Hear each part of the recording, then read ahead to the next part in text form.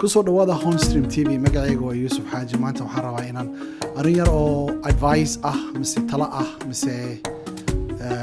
hadal oo aan ka hadli doono arrimaha ku saabsan dhibka jirta magaalada Minneapolis khaasatan dhibka Soomaalida qabatay arinta cuntada waxaan rabaa inaan in yar oo advice inaan ka bixiyo aan ii sheego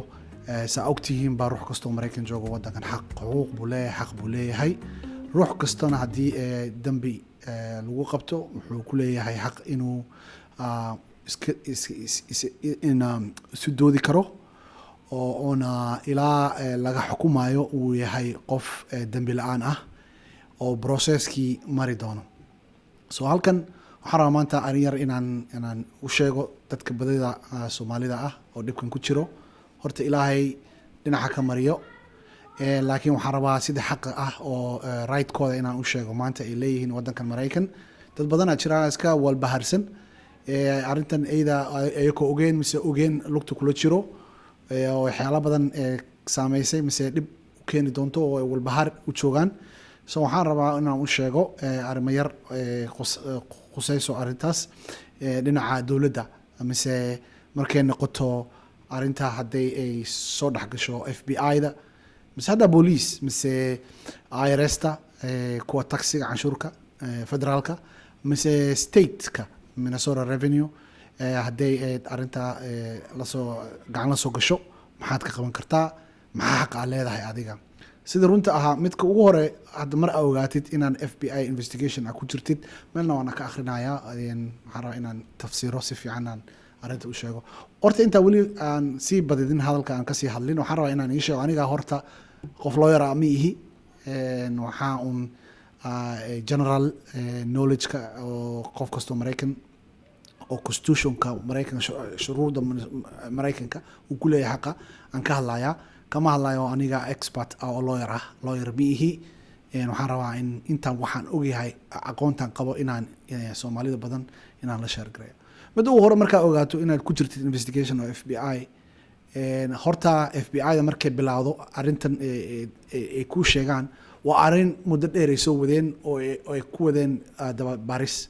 so markay ku imaanayeen oo already way og yihiin waxyaalaha kala wataan arrimaha way aad bay u fiirinayeen mise investigation horaan u soo qabteen soo hadda markii adiga ku imaadaan waa arin ay rabaan inay wixii si fiican inay isku xiraan oo ay arkaan in arintan ay tahay arin oo adiga hadalahaada camal ka dhihi doonto in arin ay tahay maxkamad lagu joojin karo mise lagu xukumi karo hataa soo mar haddaa ogaatid in arintaas inay socoto waxyaalo badan aad rabaa inaad iska ilaalisid waana tafsiiraya insha Allah raali iga noqda mouse-kayga raadinaya midda u hore saan ii sheegay og tahay mar haddaa ogaato waxyaalaha laga baahan yahay inaad qabatid oo kor ka ogaatid adiga ahaan shakhsi ahaan horta haddaad FBI investigation ku jirtid waa inaad ogaatid hadalahaad ku hadlaysid inaad hadal adiga ahaan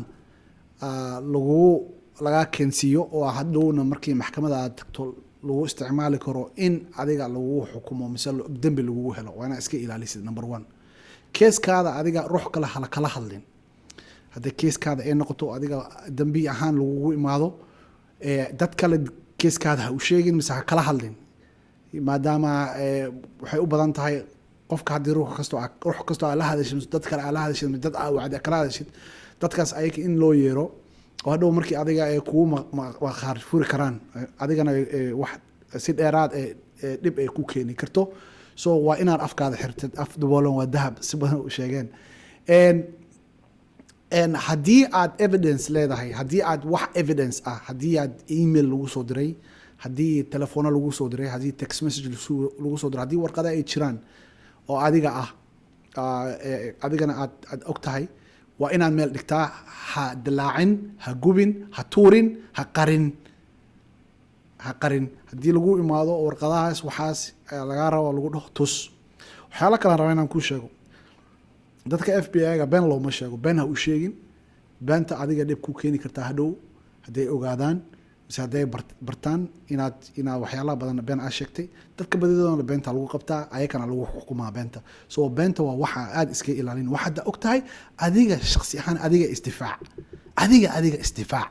ruux kale ha difaacin inta leedahay ruux kale aan been wax ka qarinaya mise u qarinaya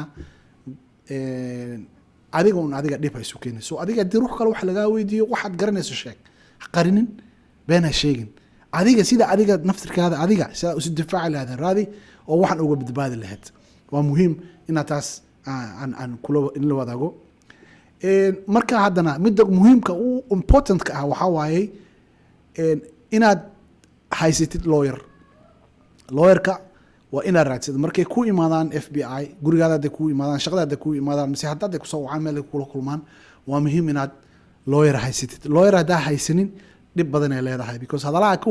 ku hadli doontid in lagu isticmaalo ay u badan tahay adigana dhib ay ku keeni kartaa meel fiican oo aad u dhamaanaysid ma fiicno waa inaad iska ilaalisid so waxaad xaqaa leedahay waxaad dhihi karta aniga waan aamusanahay waan ma hadlayo lawyerkeyga ilaa uu ila joogo mise lawyerkeyga inaan keeno mise lawyerkeyga inuu present ahaado meesha ila fadhiyaa lawyerka marka kula wadaaga kula tashanaya wixii ayaalaha lagu weydiinaya asaga